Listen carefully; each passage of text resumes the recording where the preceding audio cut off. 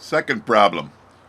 So a manager of a huge bakery sells hamburger buns to all the local fast food restaurants. One of his drivers bets him that Jack in the Box, these guys, buy more buns on average than Carl's Jr.'s. So we are going to run an independent t-test because we got two groups, right? One is Carl's and one is Jack and a Crack. And this is the store number. There's the first Carl's Jr.'s, there's the first Jack in the Box. There's the second Carl's Jr.'s, there's the second Jack in the Box, etc., etc. So the first number here is basically the store number. We don't really need that information. So, and here's the formula, but we're not going to use it. In fact, I'm going to delete it. And it's an independent t-test. So I can go here. I'm going to run the t-test. I'm going to go to data in Excel. Data analysis. And we're going to a t-test. Independent sample, two sample, assuming equal variance. Again, at this point in your statistics life, we're going to assume equal variances. Click OK. First range.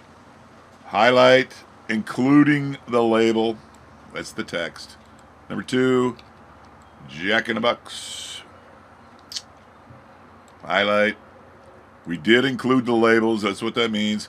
We're going to go to the output range, and I want to put it right, I don't know, here. Boom. Here. Bam. Click OK. So right off the bat, is this a one-tail or a two-tail test? This is a one-tail because one of the drivers bets him that Jack in the Box buys more.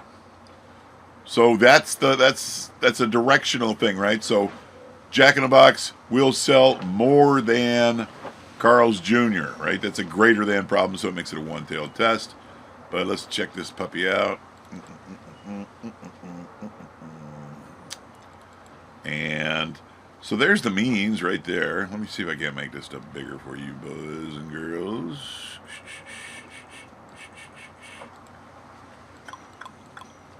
Good. And so Jack in the Box on average sells 42.8 and 8, and Carl's Jr. is 38. So there's a difference there. Don't know if it's significant or not, okay?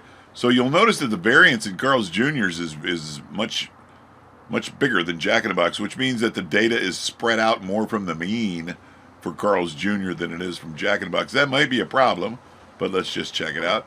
And there was 26 Carl's Jr.'s and 26 Jack in the Boxes. Pooled variance, we're not going to worry about that. Hypothesis, mean difference. In other words, the null states that the difference between the two means is 0, like always. Degrees of freedom is the sample size minus the number of groups. So 52 minus 2 is 50. There you go. And there's our test statistic. Boom. It's not over 2 per se, but the sample size was pretty big. And our one-tailed test, which we decided it was in fact less than 0.05. Therefore, there was a significant difference, right? Because the p-value of a one-tailed test is less than 0.05. There was a significant difference, and Jack in the Box was selling more. So who won the bet? His driver won the bet, right? Because his driver bet him that Jack in the Box was going to sell more. So who won the bet? His driver did. Go driver, go driver. And that is all she wrote, said the GOAT. All right, MGZ out.